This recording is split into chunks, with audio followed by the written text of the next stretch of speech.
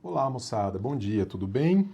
Espero que todo mundo tranquilo por aí, numa tranquilidade estoica, quero dizer. Hoje com uma meditação muito bonita do filósofo e imperador Marco Aurélio. Que isso? Que isso, gato maluco? Vocês viram um gato despencando daqui? Acho que eu falei bonito, ele se acha. Lembrando a vocês, não se esqueçam de curtir o vídeo aí para dar aquela força no algoritmo extraordinário que nos leva a mais e mais lugares. Gente, mas voltando à beleza do trecho de Marco Aurélio, nesse 18 de janeiro, intitulado Veja o Mundo como os Poetas e os Artistas. Cito Marco Aurélio.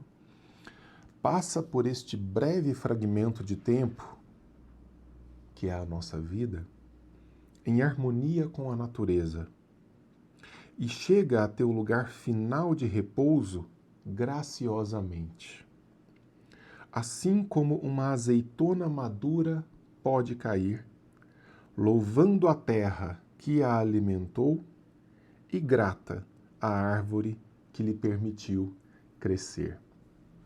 Fim de citação. Coisa bonita, coisa bonita. Isso está nas meditações de Marco Aurélio. É forte essa imagem do estoicismo, essa ideia de uma pacificação do sujeito em relação à sua existência. Nós vivemos constantemente vidas muito atribuladas, muitos desconfortos psicológicos, muitos desconfortos internos, muito descontrole, muita desmedida. E para esses autores estoicos que nós temos acompanhado aqui, é uma tentativa de dobrar o galho da árvore para um lado que contraria a natureza do galho da árvore. Entende? Esse é o ponto. Esse é o ponto. O sofrimento ele é causado por fazermos os movimentos incorretos em relação à nossa natureza. Então, quando ele fala dessa pacificação do sujeito num misturar-se com a natureza, é abordar racionalmente os problemas, as coisas da vida e se colocar numa empatia. Eu adoro essa palavra grega, empatia, né? Que é isso daqui, uma harmonização com o mundo tal qual é. Mas não é de uma passividade letárgica, não é, então tá, então eu vou me deixar pelas coisas. Não, mas é de tomar as rédeas daquilo que deve ter as rédeas tomadas, conduzir, ser ativo em harmonia com os elementos da natureza. O comentário dos autores é bom. Há alguns fraseados de uma beleza assombrosa nas meditações de Marco Aurélio, o que é de admirar, considerando-se o público ao qual os seus textos se dirigem, ele mesmo. As meditações de Marco Aurélio foram pensadas como meditações para ele. Numa passagem, ele louva o encanto e a sedução do processo da natureza. As hastes de grão maduro se curvando. As hastes de grão maduro se curvando. A testa franzida do leão, a espuma escorrendo da boca do urso. Bonito demais, umas imagens muito bonitas. A natureza tal qual é. A natureza se manifestando no seu mais íntimo. E nós somos assim. É tão bonito ver um indivíduo agindo estoicamente, portanto, feliz na medida das possibilidades, alegrando-se com o que deve ser motivo de alegria, controlando o que deve ser controlado. É tão bonito quanto ver um leão franzindo a testa, rugindo, uma haste com sementes maduras envergando. A beleza nessas pequenas coisas. Deveríamos agradecer ao professor de retórica. Antes disso, né? E como é bobo, como é feio, como é desagradável ver um indivíduo agindo como um pateta, como um idiota, como um apedeuta, como um ignorante. Como é triste, como é lamentável ver um indivíduo agindo de modo inadequado em relação à natureza do que consideramos mais alto. Pior ainda é ver gente aplaudindo, seguindo, comentando, curtindo. Certamente porque se identificam com essa condição de apedeuta, de ignorante, de pateta, de idiota, de cretino, etc, etc, etc. Deveríamos agradecer ao professor de retórica Marco Cornélio Frontão pelas imagens nestas vívidas passagens. Quem foi esse cara? Frontão, por muitos considerado o melhor orador de Roma, depois de Cícero, foi escolhido pelo pai adotivo de Marco Aurélio para lhe ensinar a pensar, escrever e falar. Mais do que apenas frases bonitas, isso lhe deu, e agora a nós, uma poderosa perspectiva sobre acontecimentos comuns ou aparentemente não belos. Será que a gente não está sempre buscando a beleza onde ela não está necessariamente? Então, há quanto tempo faz que nós não olhamos para o céu e não olhamos a beleza da revolução dos astros? Quanto tempo faz que a gente não olha cuidadosamente para um jardim e olhamos o quanto de vida tem ali, a harmonia, a construção?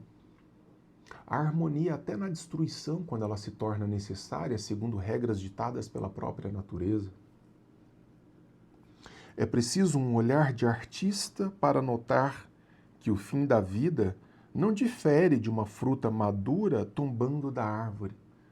Por que entender o fim da vida como uma ameaça, um medo, um horror, uma coisa tenebrosa, quando o fim da vida, ao qual todos nós chegaremos, cedo ou tarde, é uma árvore, é uma fruta madura caindo de um galho da árvore, só isso.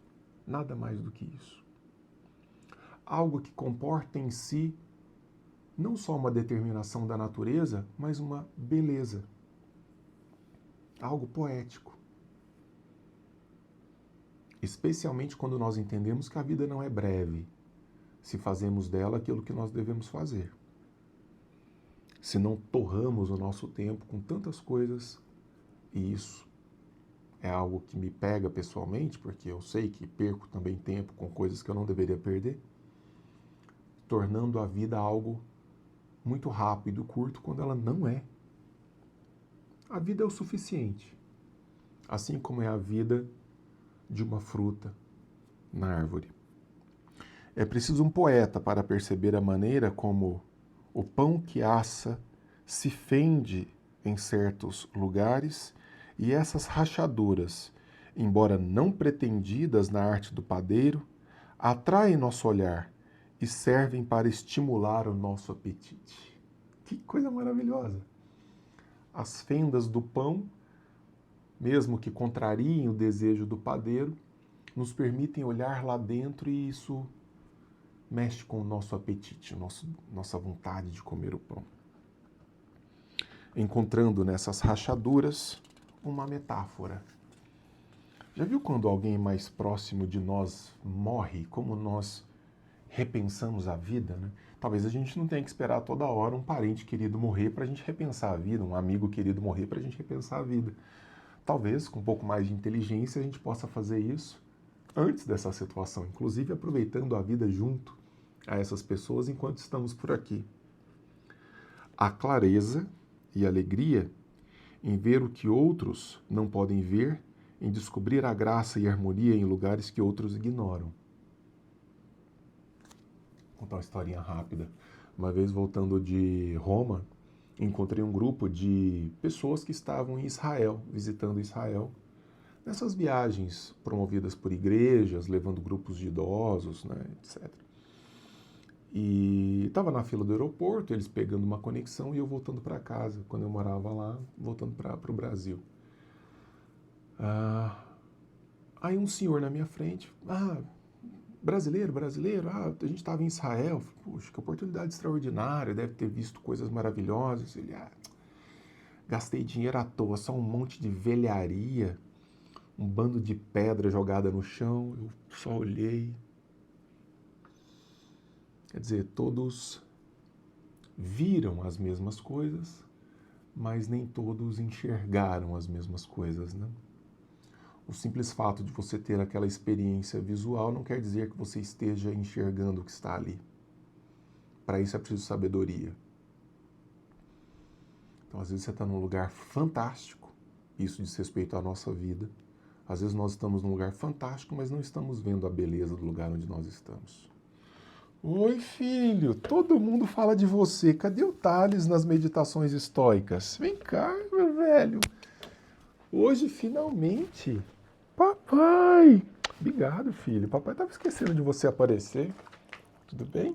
Deixa o papai perguntar aqui que eu já converso com você. Isso não é muito melhor do que enxergar o mundo como um lugar sombrio? O mundo não precisa ser um lugar sombrio quando nós acionamos as teclas corretas de compreensão do que acontece. Beijão para vocês, gente. Excelente dia. Né, filho? Fala tchau, pessoal. Tchau, pessoal. Eu sou o Thales de Mileto. Eu sou o cachorro do papai, meu grude. A gente se encontra por aqui amanhã.